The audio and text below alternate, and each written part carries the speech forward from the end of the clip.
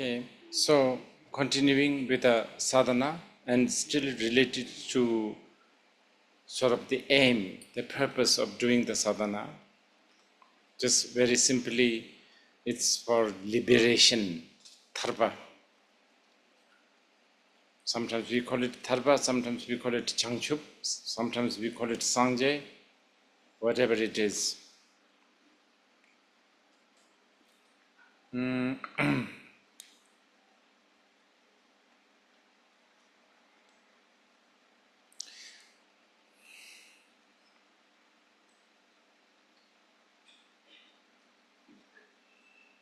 You know, most of us, we don't know what that is. We have no reference of liberation. The only reference that you have are things like Ushnisha, halos, some stories that we are told that omniscient and liberated beings can do this and that. Other than that, you have no, and there's so many literature, that we can read. But most of them are kind of abstract. I think for most of us, liberation such as Devachan, Sukarvati experience are like almost identical to heavenly experience that theistic people talk about. Or you go to heaven where you will live happily forever and have a big group photo. That kind of thing. Isn't it? We don't have the reference. How does it feel when you are liberated? And yet that is your goal, to be liberated. If you want to go to,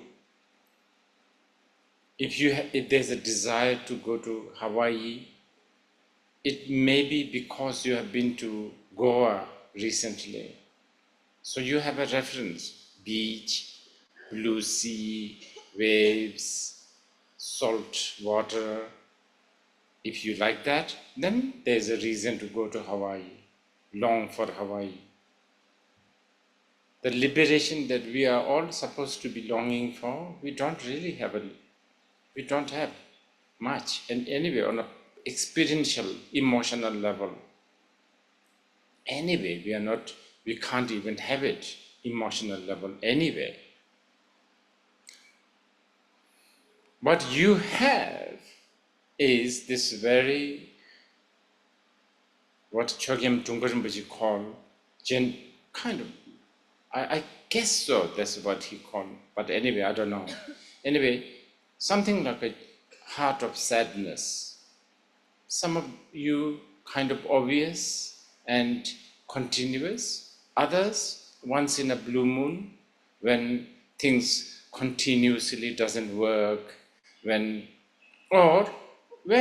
some of you have done that, done this, gone there, been here, there, you have achieved everything, every positions you have tried, you understand? Everything you have achieved. And suddenly, is that all there is? Can't be. Has to be something. There has to be something extra. This life, purpose of life or the goal of life, there has to be something more than that. That awkward feeling, some of you may have. And this, according to many masters of the past, they will consider this as a great blessing. In fact,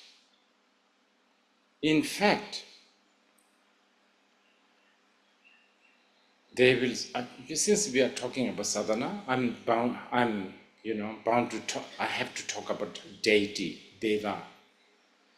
In fact, many, like I was, I think I've quoted this, Jamachan Chogulodu's praise to Manjushri. Well, Manjushri is a deity. But even the Lord Manjushri, you hear all kinds of things, right? Things like, oh, he's a disciple of Buddha's. He's the instigator of the teachings. He also is the one who plays pranks, sort of, almost like pranks. He's the one, and then at times we hear he's the teacher of all the Buddhas. Then we hear he's orange, he's yellow, he's blue, he's black. We hear he holds sword, he doesn't, all that. Then also sometimes we hear he has no color, no shape, nothing, no substance. Sometimes we hear that he is this very moment cognizance that we have, as we spoke earlier. But anyway, I think we somehow vaguely talked about what deity is this morning. This unity of emptiness and luminosity. This,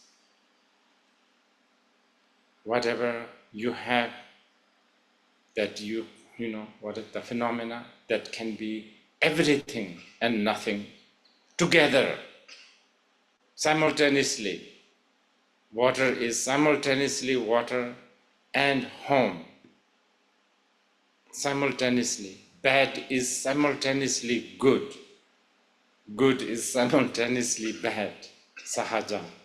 Short is simultaneously long. Long is simultaneously short. In other words, non-duality. Supposedly, this genuine sadness, genuine heart of sadness is supposedly the kicking, if you like, of this thing. It is this that is making you sad. It is this that is making you awkward. It is this that is making you feel there has to be something much more than just breakfast, lunch, job, promotion, pension plan. Has to be. It is this that's making you unsettled. But you see, the thing is, every time you are kicked by this thing and make you unsettle a little bit, we have invented thousands of apps and gadgets and entertainment to get ourselves numb, because we just can't bear this sadness, this loneliness, this sort of transcendental alienation. We just can't bear it. So we need to numb ourselves with all kinds of injections, literal ones and metaphorical ones, and including the so-called spiritual path. We numb ourselves, we entertain ourselves, we, occupy ourselves. And then, of course, all these things, they have expiry date. And when those things doesn't work anymore, then you go deeper, boredom and depressions and so on and so forth. But anyway, this, I said, you don't really have a reference of what is liberation. But you should not lose your hope, because you have this time, not all the time, I wish all the time to time, you have this strange, unsatisfying, unsettled, awkward sadness. And that is so important. I think it is also that is making you kind of a sober human being. It makes you sober, it makes you good, if there is such thing. Anyway, but still, I still need to talk to you about what is liberation. So the goal, right? Goal, the liberation, especially when we are talking about the sadhana. At the end of the sadhana, we even do some, jam, then the jam, then the, oh Bhagavat, let's say we are doing the sadhana of Aryatara, oh Bhagavat, Bhagavati, Aryatara, may you always protect me, may you always, guide me, may you always, bless me with compassion, wisdom, so on and so forth. And then at the end we say, may, and eventually may I,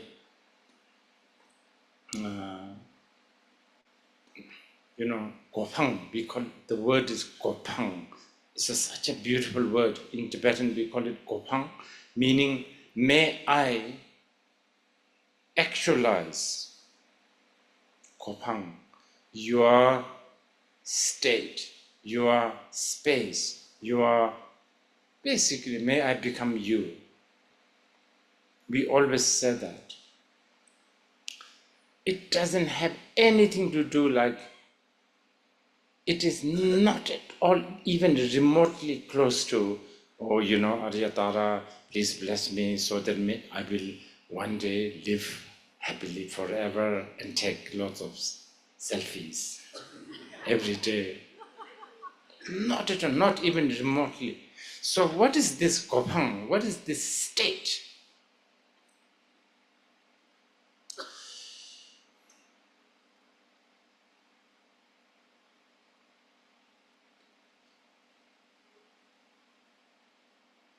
I'm sure in this audience you can at least accept that this state can't have. Yeah, I'm sure, well, at least you may be fathoming things. Oh, okay, when I become, finally when I reach that state of Aryatara or the Bhagavat state, that I will no more have neck ache. I will not need to make schedules. Actually, it's kind of, if you think it properly, it's kind of boring. I don't need to work anymore, so every day is a Sunday. How boring is that? And I don't need to update my apps, because it's always instantly updating all the time. See? Normal human beings can't fathom this. I will live forever. Oh, that's a painful thing, right? What do you want to do by living forever? Sure? Are you sure? You really want that? As a Chinese philosopher say, you should be careful what you are wishing for.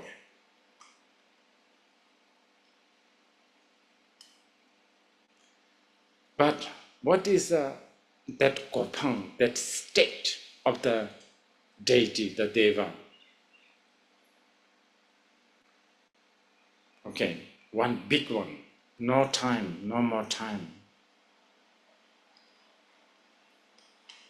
And this you have to accept, no matter what kind of, atheist, scientist, and non-believer you are. Even the scientists have agreed with us that time is relative. So when you finally free yourself from the notion of time, somebody pushing, somebody, like time limit. Just imagine when there's no more time, nothing. When there's no more time, what does that mean? There's no such thing as progress.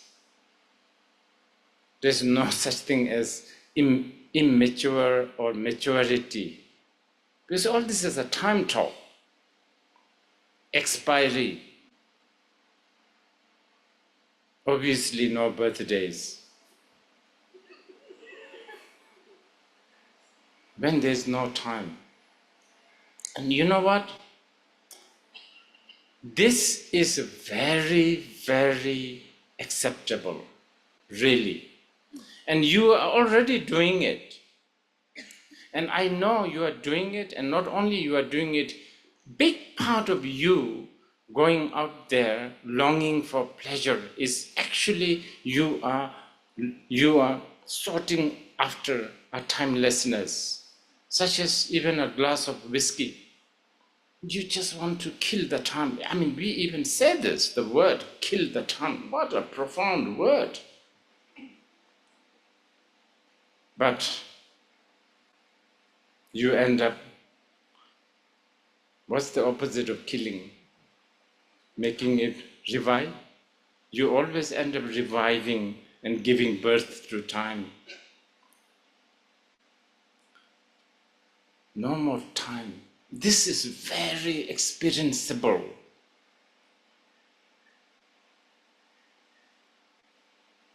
When you are totally free of time. Just that alone will do. This is very achievable. And if you can achieve even a glimpse of timelessness, what is death? And therefore, we also don't have the burden of purpose of life. And when there is no burden of purpose of life, that's it. Arya Tara, Arya Manjushri, Arya. The word Arya, sublime. In the Tibetan, we call it Pak. Pak means sort of transcend. You are not ordinary. As long as you dwell in the time, you are ordinary.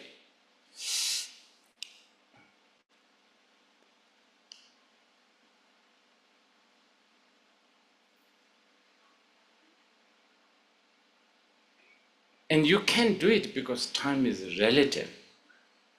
This is very achievable. You have experienced this many times.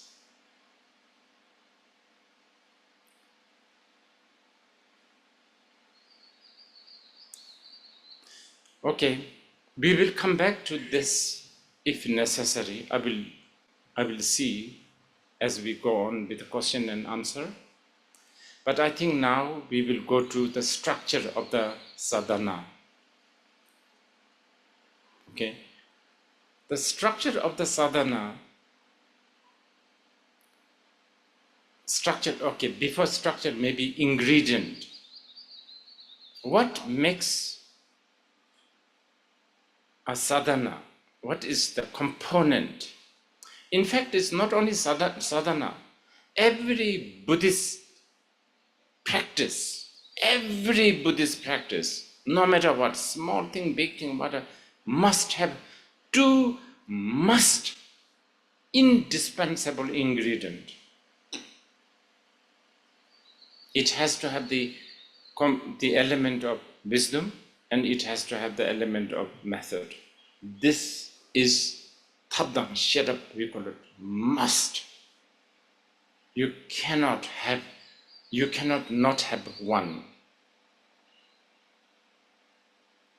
This is like, if you miss one, then that's a faulty. In fact, what makes the path very, very good path, authentic path that is used, the valid path, is when the path has this component. Very important. Okay, for instance, if you go to Burma, Sri Lanka, monks will be begging food. And they will come. I was just recently, I do actually go there because, as we spoke this morning, I have a body, I have a feeling. Feeling is so important for me. I want to get inspired.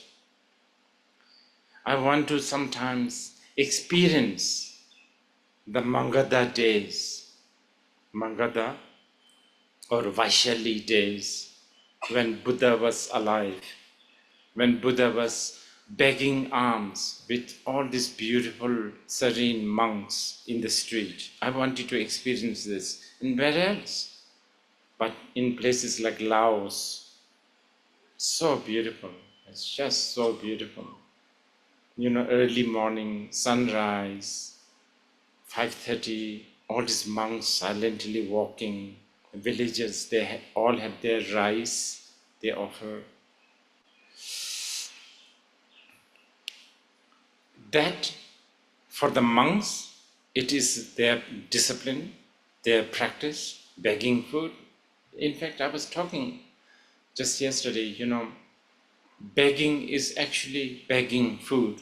One of the most highly venerated, you know, what we call noble living. I know now we have reached to a era or the age where begging is not considered noble. It's a, you know, a nuisance. So anyway, it's a discipline.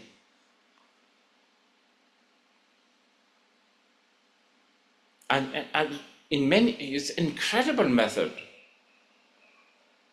you know, begging, because it really tests so many things. Not only it has a, you know, physical exertion, so, you know, pride, so on and so forth, for the monk, but for the giver also this is a chance to accumulate merit. Kushala, we call offering the Sangha. But these are all method. And you need to know, even in the Sharvakayana, Theravada, whatever,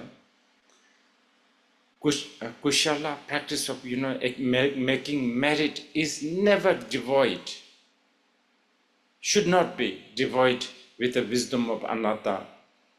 So they, you know, in one hand, we talk about selflessness. No giver, no alms, no begging bowl. Anatta, you know, selflessness. No rice, no, you know, no merit, therefore. All that, but at the same time, the method of giving. This is an important aspect of the, generally, not just only the sadhana, every Buddhist practice. If you have that, even a mundane act becomes, if you like, if you want to put it in the Tantric context, even a mundane taking, well, and this is true, I will speak this a little later, but even taking a shower, yourself thinking that you are the deity. You are not even offering shower to anyone. You are taking shower yourself. Supposedly you accumulate a lot of merit, more merit than inviting thousands of Buddhas and offering them shower. Why? Because of the wisdom and method, you know, combination. So wisdom and the method is a must sort of ingredient. One thing is, you know, and then remember right at the beginning this morning I talked about culture, cues, miscue. Method has a lot of that, and then therefore also the interpretation of the wisdom also ends up becoming different. So yes, if you go to Tibetan areas like here, many times wisdom, method is always hijacking the wisdom. Wisdom we don't have. Many times.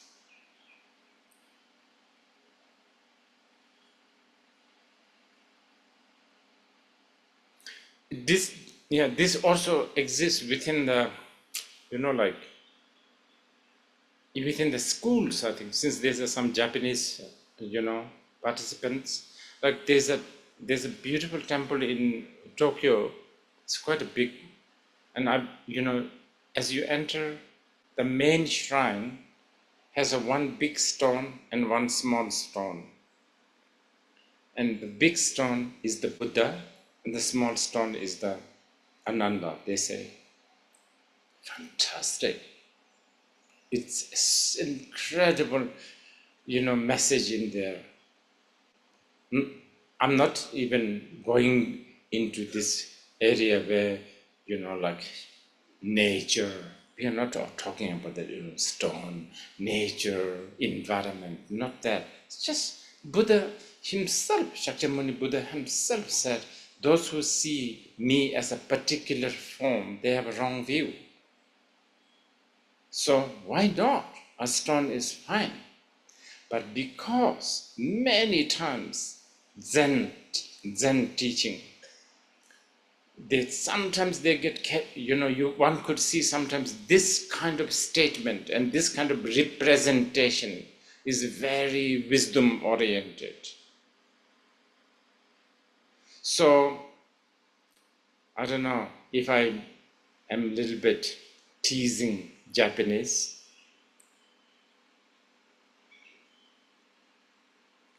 They get deprived from the chaos that is happening in places like Varanasi.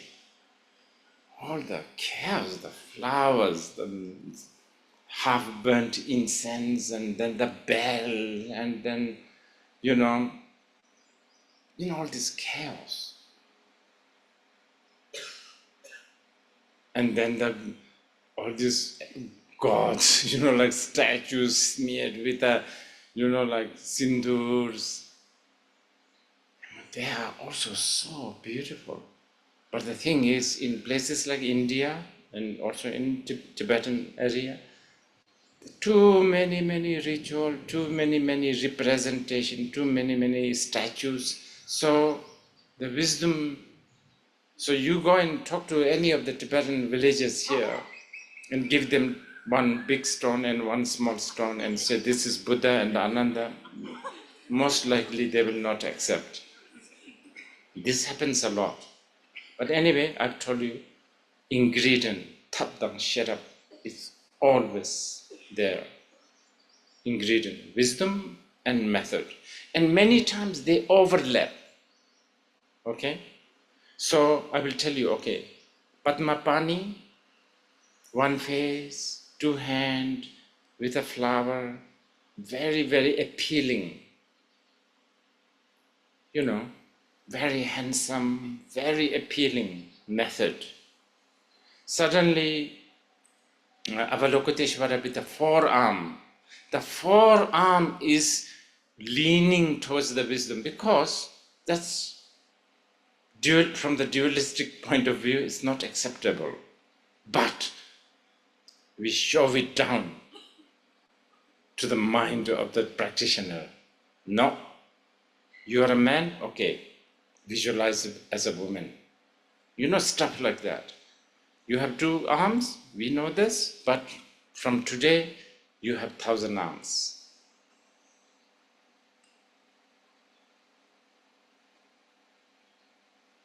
Not just symbolically, you actually do have 1,000 arms. So or you are an animal, like a horse, or like a sow, or a buffalo, especially if you are practicing Manjushri, at times a buffalo, or at times turtle.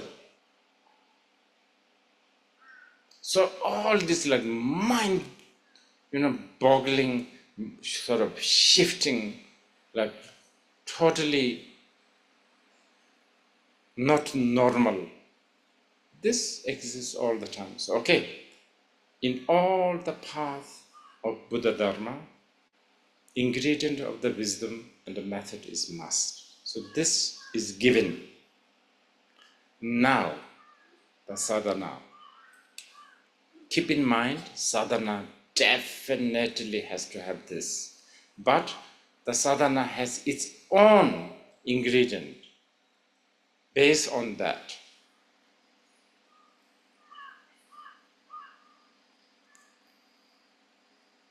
And they also all interrelated, and they are also like overlap, interconnected.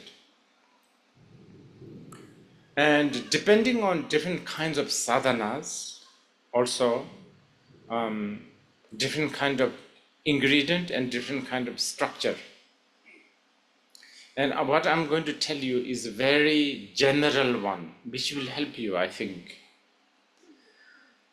Okay, so sadhana always begins with a refuge. You have to take refuge. Now, what kind of sadhana are you reading? Is it a very, very, even in the Tantra has four different, many tantras. But generally we talk about four different kinds of tantra. It's very interesting, the four tantras.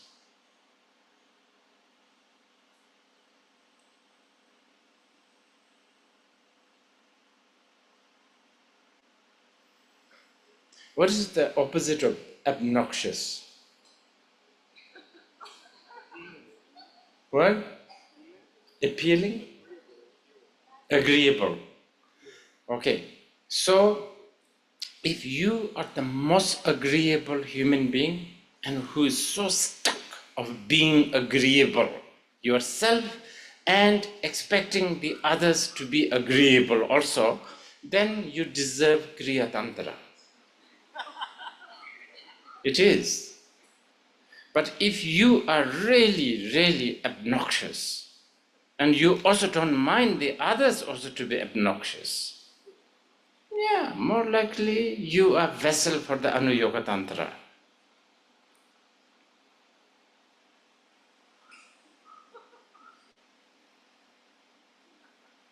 And this is beautifully depicted even in the paintings. Like if you go to Koya-san in Japan, Koya-san, who practices mainly Yoga Tantra. Okay? Mainly, Yoga Tantra. So the Koya-san deities have consorts, but the consorts are sitting always there. You understand? The deity is somewhere here, the consort is sitting there. Appealing, agreeable in the normal way. You understand? Now, I don't need to explain too much. If you go to a Tibetan temple, it's like, I don't know why the Tibetan temples have not been ordered by the what do you call it? What do you call it? Census board, that all Tibetan monasteries should have rated R, 18 years old, only entry permitted. I cannot understand because it's all there.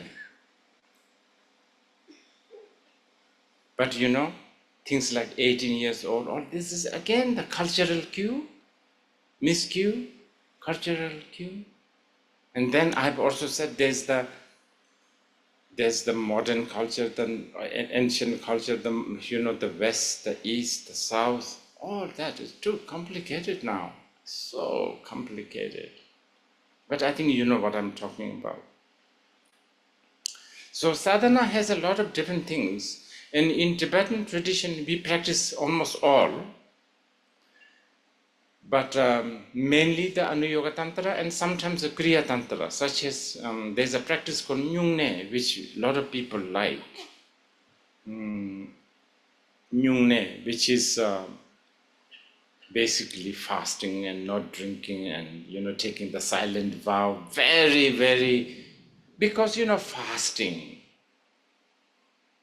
silent vow, it sounds so serene and spiritual. In the normal mind, one would think someone who doesn't talk much or not at all, more as a spiritual than someone who just completely like talk and talk all the time. So anyway, Kriya Tantra has that. So Kriya Tantra has that kind of sadhana also. I'm not going to, since I'm at, talking to people who have been receiving the Nyingti Gyaji mainly, I'm assuming I'm going to talk more about the yoga or Anu-Yoga Tantra. So in the Anu-Yoga Tantra sadhanas, there are structures a little different. So I already said refuge always begins with it.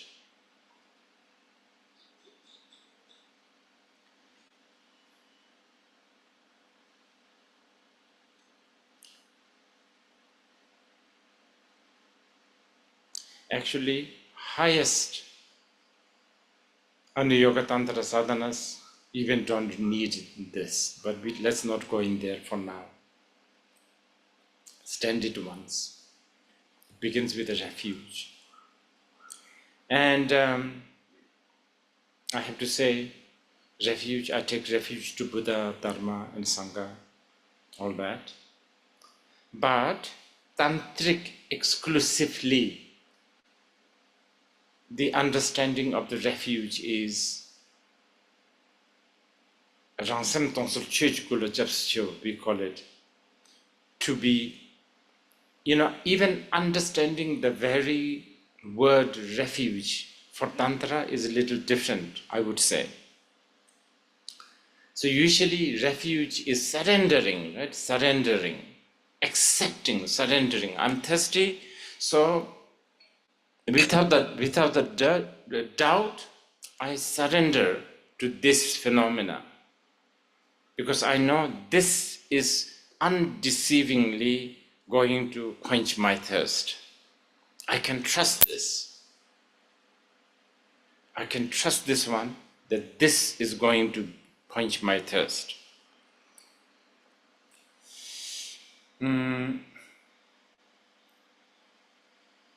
Yeah.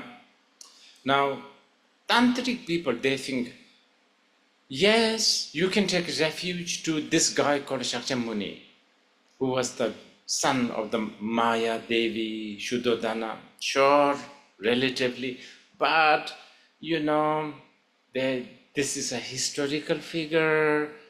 A lot of it is a lot of that has your own interpretation, your own feeling, so on and so forth.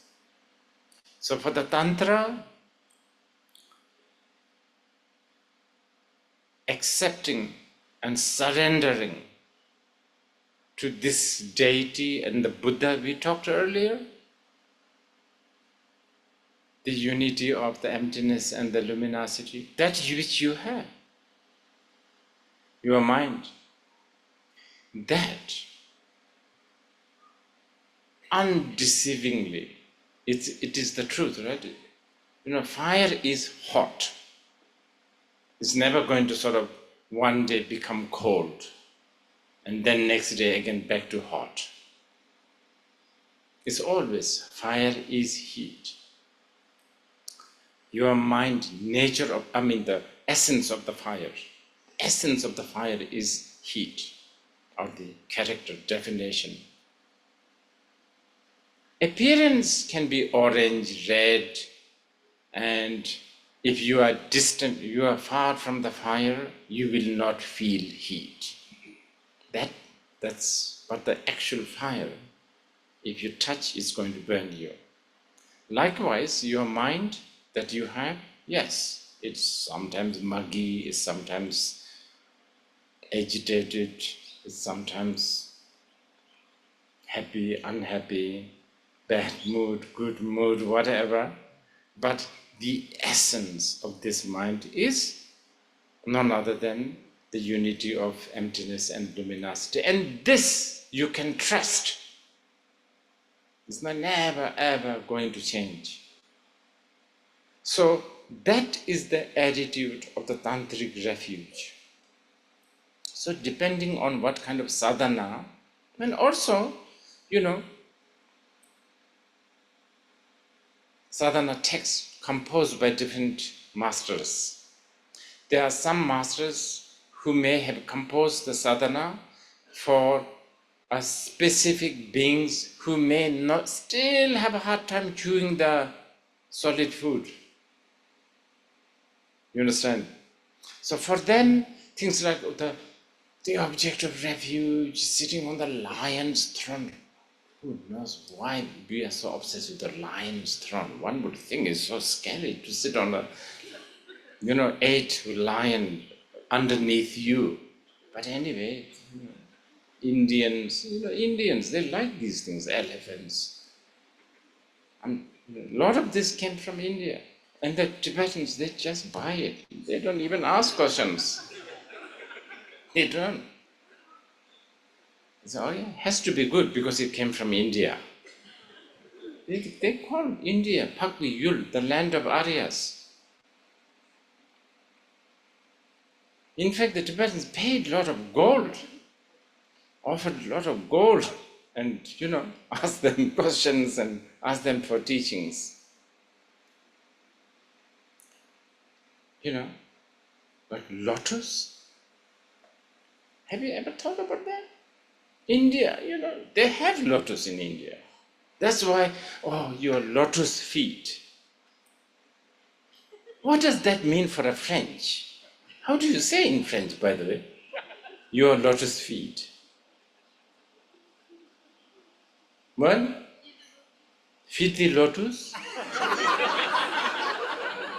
And if somebody says this to you, do you feel like sort of itchy? What do you feel? It doesn't mean anything. Your lotus feet. But Tibetans love this Shabdul Pem or something. Tibetans, they just relentlessly write, even today. Every Tibetan, when they write to me, so and so, Shabji Pem Dumdu. They write like these guys, they always write to me like this. In fact, I'm thinking I'm going to organize with the Tibetan Lamas and Rinpoches, Tibetan Lamas and Rinpoches, I'm going to have a crash course on how to talk in the WhatsApp.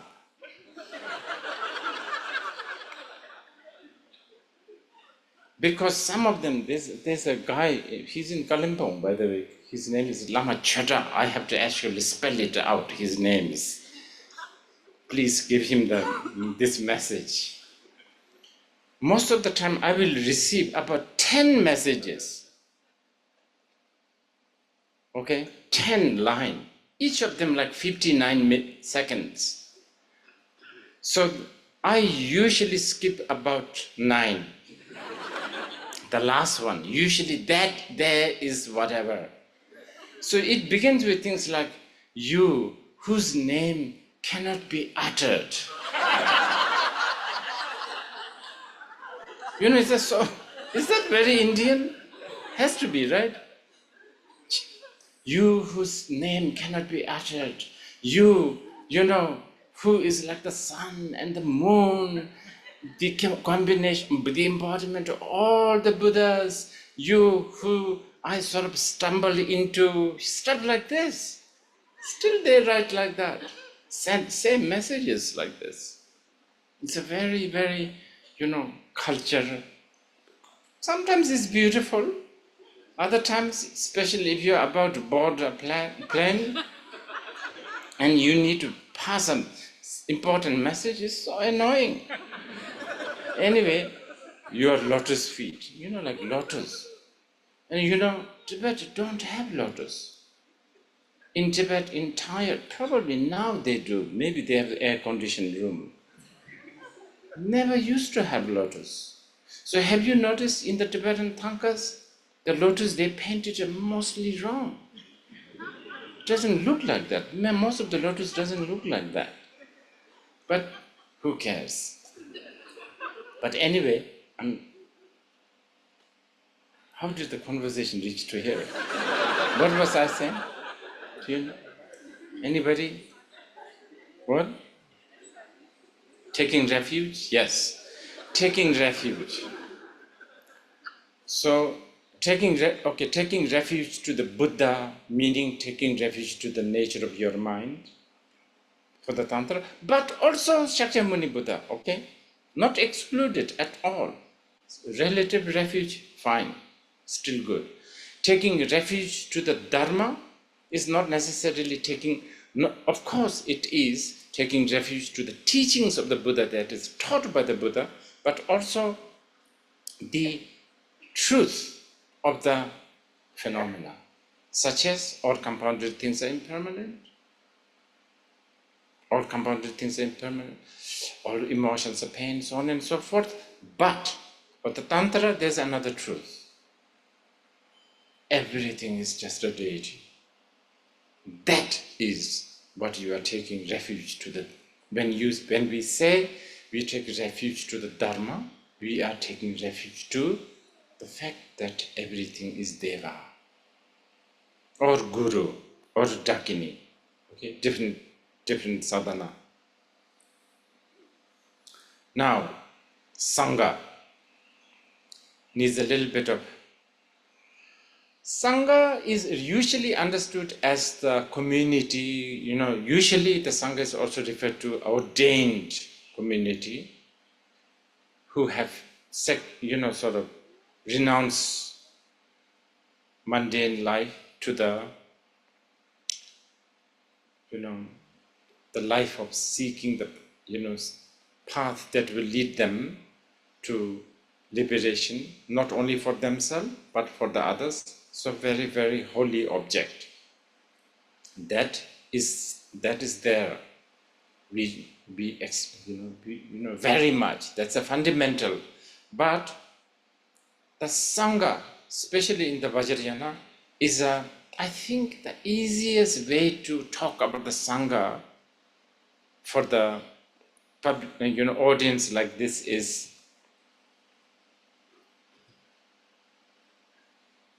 I'm going to borrow, what's the first name of Huxley? Aldous Huxley. I'm going to borrow his term, servitude. Servitude, that is the Sangha. Servitude. This. Servitude, right? Like, I need to call somebody, I can use phone. So it serves me. But the thing is, so I surrender to this. Internet, social media. But then when things get a little bit, and things get complicated, CCTV, what do you call it? CCTV, what do you call it? Yeah, CCTV. Yes, now it's getting complicated because CCTV, it's good for protection, but then, you don't want to be also photographed, right? CCTV, I don't know, shopping in Amazon, it's kind of, easy. You just order whatever you want to order, but then they know what you want.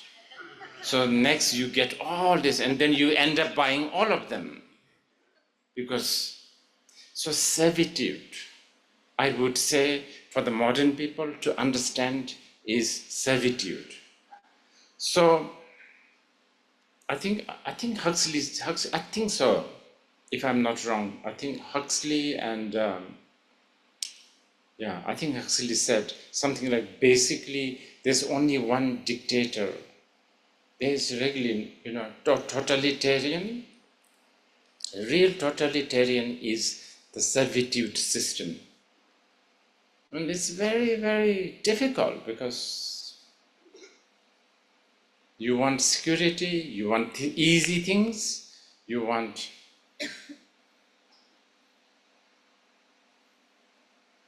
it's nice to have a, what do you call it, machine-readable immigration, right? Yeah, immigration, but you also know they know everything.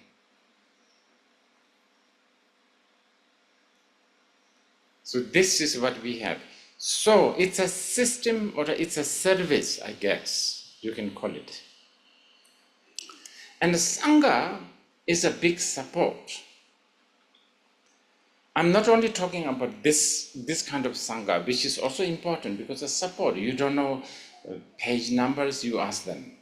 You don't know where to go to deer park, you ask them. Probably they will help you, probably not. Most of the Sanghas are always a little bit rushed. You understand? So all of that Sangha, there's that.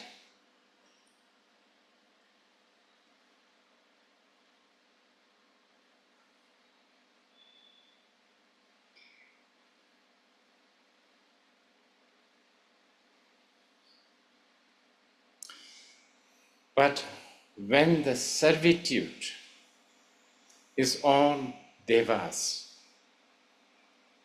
when you relate to everything as a deva,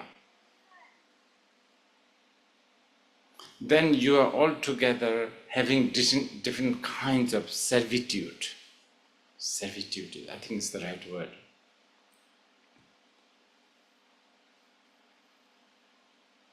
So, in the Tantra, the Sangha is usually all the Hansi Ladam Namo, they call it. All beings are Dakas and Dakinis. All beings are Devas. Therefore, and that is never going to falter. You just surrender to that. It's a difficult one. Anyway, let's finish with the refuge. So that's usually there is a refuge right at the beginning. Okay? And it's a foundation. You have to have it. If you don't have the refuge, if you do not accept that you have the innate deity, if you do not accept that you are the deity, sadhana doesn't work right away. The whole purpose. So you could be doing the sadhana, but then it might as well just go to any kind of a theistic tradition that believes in God that is outside existing, who's kind of going to give you the reward or punishment or whatever. So, so that ingredient of refuge, that's one very important structure. Now the next one, Bodhicitta. Oh, so important.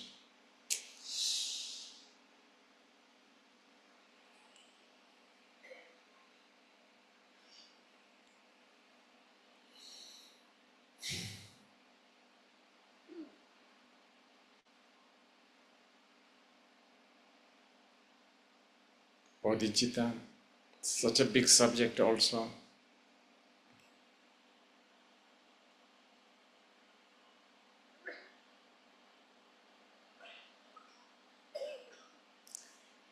So, very, very, very kindergarten level of bodhicitta is, I want to help everyone. I want to really save everyone. I want to really give everyone massage. That level, which is fine. You can also visualize yourself into millions and think that you are massaging simultaneously everyone, stuff like that. Kindergarten. And things like all my happiness giving to everyone, all other people's pain, stuff like that.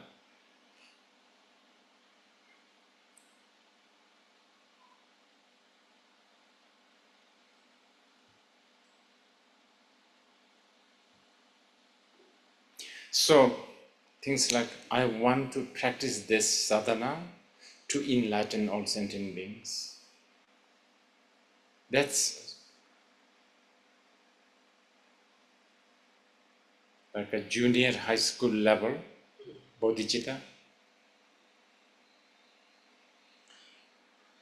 And the highest, not the highest, but quite high, maybe master's degree level, is when you look at when you look at the sentient beings, it's like you are famished.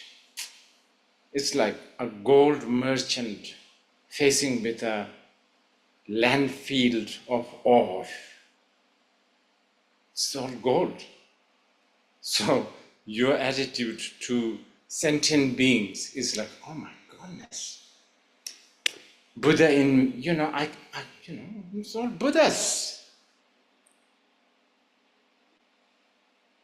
Actually,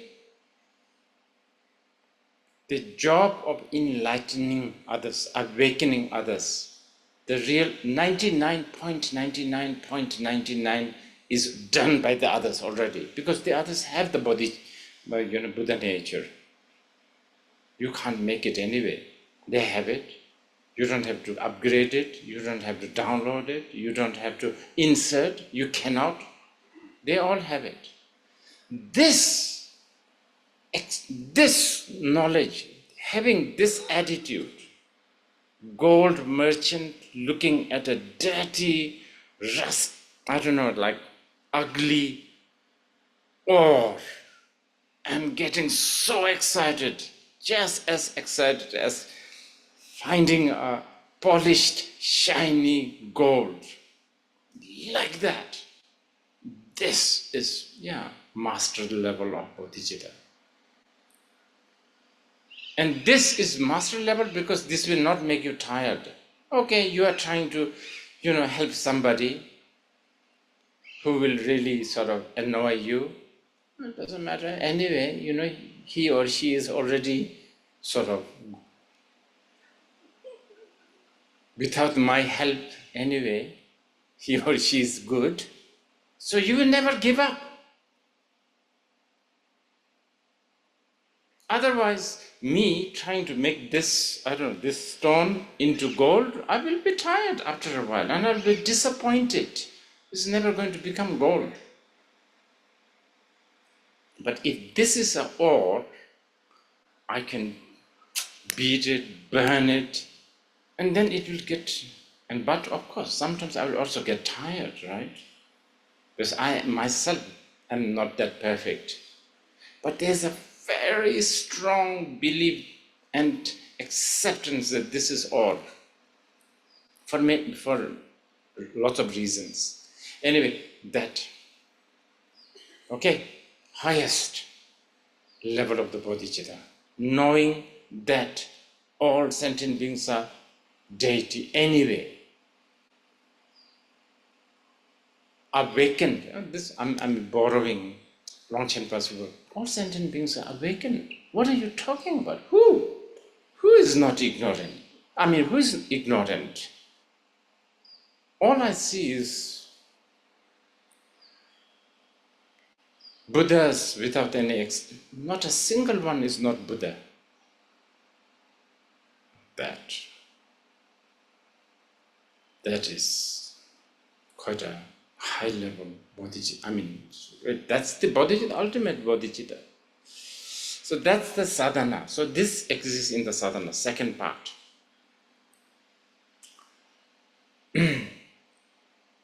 Is that a sign of saying break?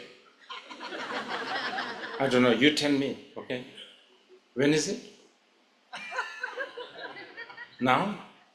Really? Oh, yes. Okay.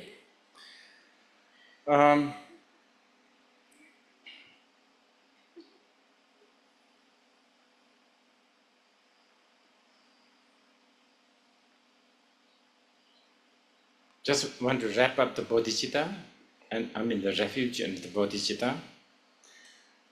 Just some details, like there is usually help, even though I have told you the essential part, there are always the methods like visualizing the object of the refuge on the tree.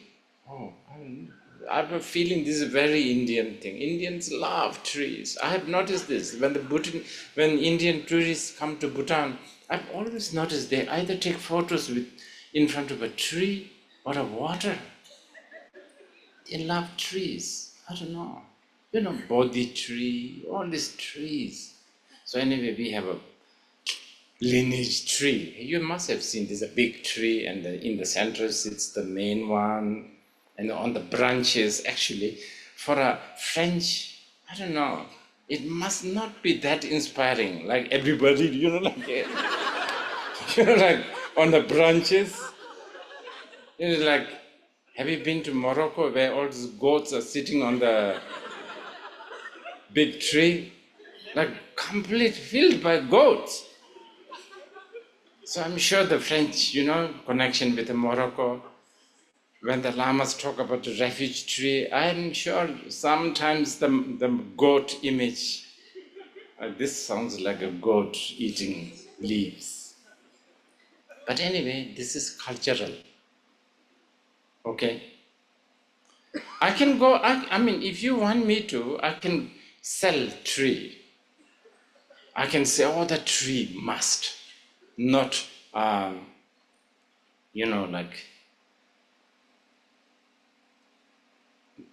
must be tree, because the tree is this, that, I can, but no need. I guess it has a practical reason, right? To put it all like, in the center is that this, on the right branch is this, on the left branch is this. So, but anyway, there is that kind of vision. And yeah, what I want to say is this. Remember I said method and wisdom? Remember? So in the sadhana also, praying, I take refuge, Buddham Sharanam Gacchami, or I take refuge to the Buddha, Dharma, and Sangha, visualization, the trees, method. What is wisdom? Refuge trees, all the object of refuge dissolve into you. You and the object of refuge become inseparable. Wisdom. So, wisdom and the method are the main ingredient.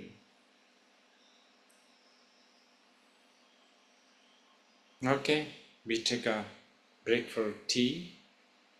How long? Okay, 30 minutes.